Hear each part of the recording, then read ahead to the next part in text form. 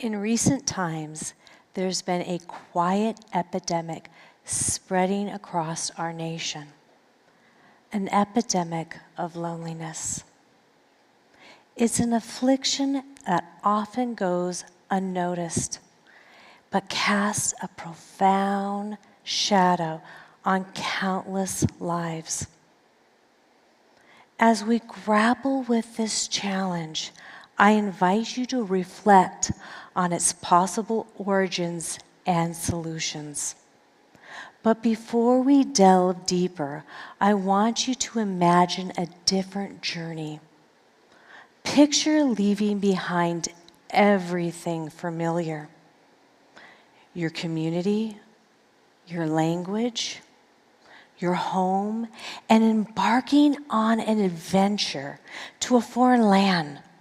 Feel the excitement and trepidation that comes with such a decision.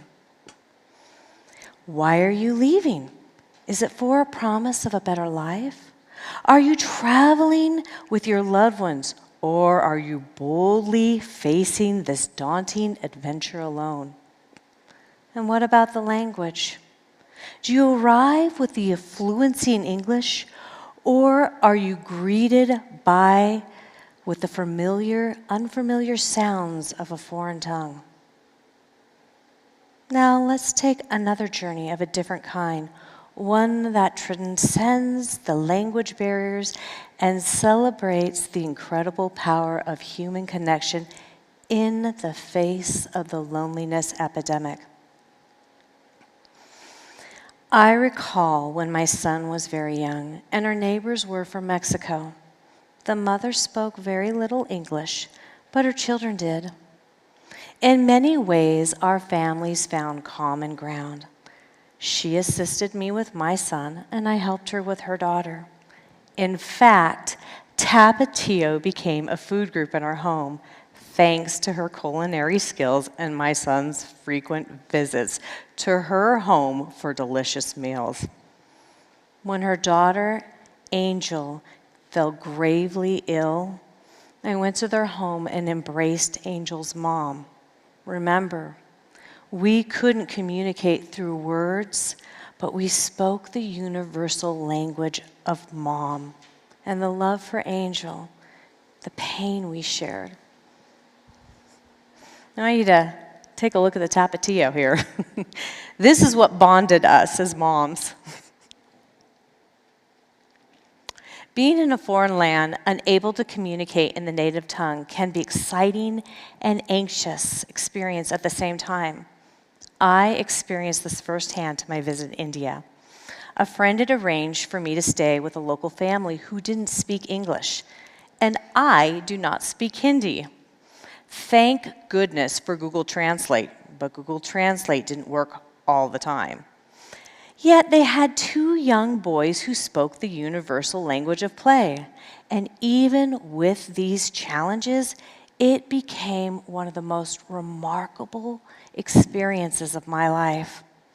Despite getting Delhi belly, we laughed, they kept me safe, and to this day, we stay in touch. And one of the friends who was part of my journey has since embarked on their own adventures traveling through Europe. I am immensely proud of his courage. I would like to share with you one of the shirts that one of the sisters made for me and designed.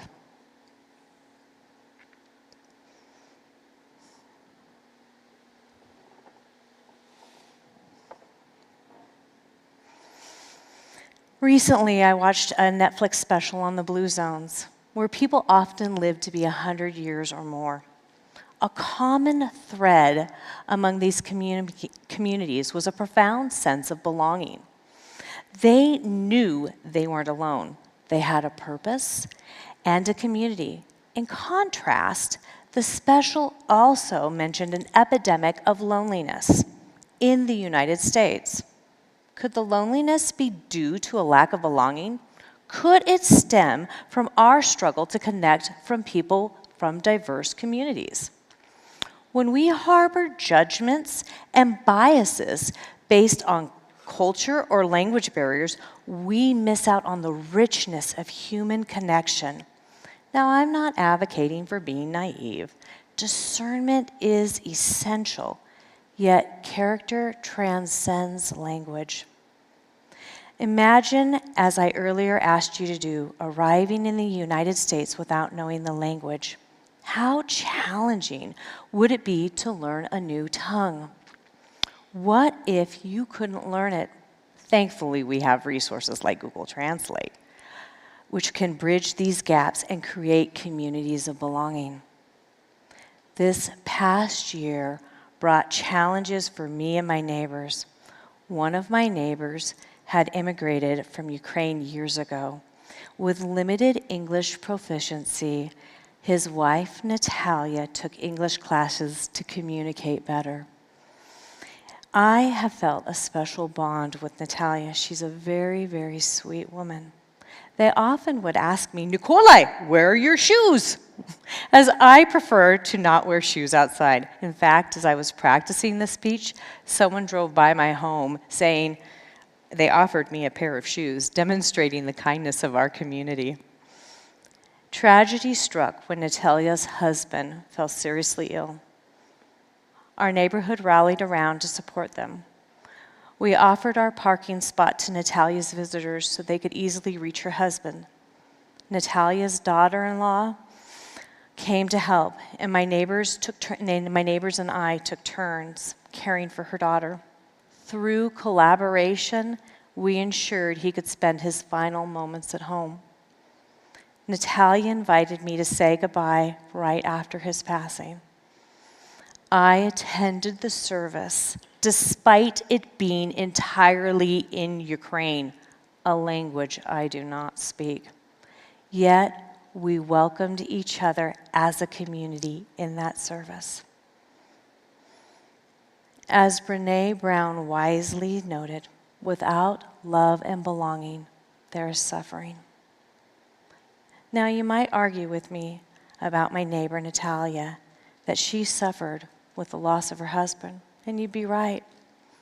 But what's unique is that we all suffered together in love and belonging. We cried together. We loved together. She was never alone. It's a different kind of suffering. One that, when shared together, facilitates healing. When we isolate ourselves, it becomes harder to recover. Consider this story. I have another neighbor, Tom, who's nonverbal. A common way society would describe him is he has a disability. When I moved here, he was reserved and rarely engaged with others. Having grown up with an aunt who would be described by society as a person with a disability, I understood the importance of inclusion. I started giving the neighbor kids stickers, and one day I asked one of the neighbor boys if he would give Tom a sticker. Over time, Tom began approaching our group during the conversations, silently standing among us. He came to realize that he too belonged. I believe in diversity, equity, inclusion, accessibility, and belonging, whether it's about age, race, disability, culture, or orientation. When we collaborate, regardless of our backgrounds, we can support one another. Language, or the lack thereof, should never be a barrier to love or belonging. We